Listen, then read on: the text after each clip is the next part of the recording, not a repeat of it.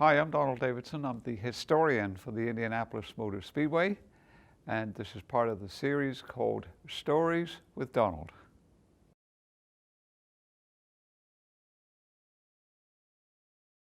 The chief starters for the Indianapolis 500, they've had a number, recently they've had like honorary starters.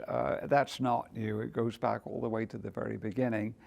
In fact, sometimes they would actually name the starter, would be effectively an honorary starter. And I think that in some cases those people would flag the start, and then the assistant starter, who was the real starter, would then do the rest of the event. But when the 500 was first held in 1911, it was Fred Wagner, Pop Wagner, who was quite a character and very much his own man, and I don't think he and Fisher got along very well, and so Pop Wagner actually flagged it in 1911 and 1912 and then wasn't invited back in 1913.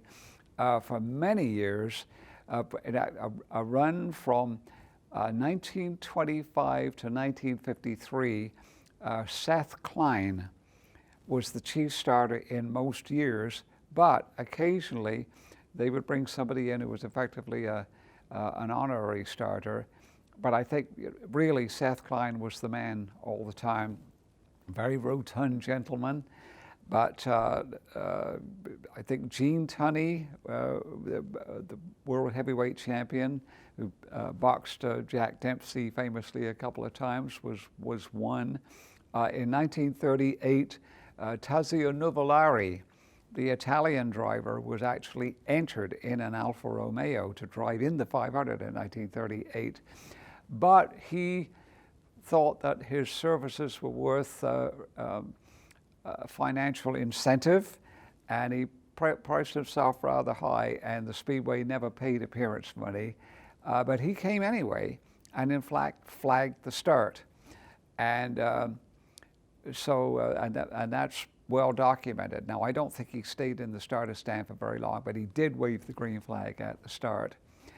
And then there's another thing about the flags where you have to, a journalist has to word it very carefully, because if you say, 40 cars took the green flag in 1911, no, they didn't. They took a red flag. And a red flag started the race all the way up through 1929. So it wasn't until 1930 that the drivers got the green flag at the start. So you have to, correct people all that on that occasionally. You've got to be careful how you word it. So, but then as far as the starters were concerned, Seth Klein until 53, and then Bill VandeWater, Willis VandeWater, who was from Chicago, was the chief starter from 54 through 61. And in 1954, he was very acrobatic. Pat Vadan followed him, but actually VandeWater had some very graceful moves that were similar to Pat Vadan's a little bit later. And probably the thing that people most remember about him, he flagged a lot of midget car races. And so he was used to, flagging several cars at the same time and making, last minute decisions and calculations. In 1954, Jimmy Bryan was driving a dirt car in second place and was struggling to make it to the finish because he was running out of personal horsepower. When Jimmy Bryan came down to complete his 198th lap, it was only just a couple of seconds behind him. Here came Bill Vukovich to start the last lap.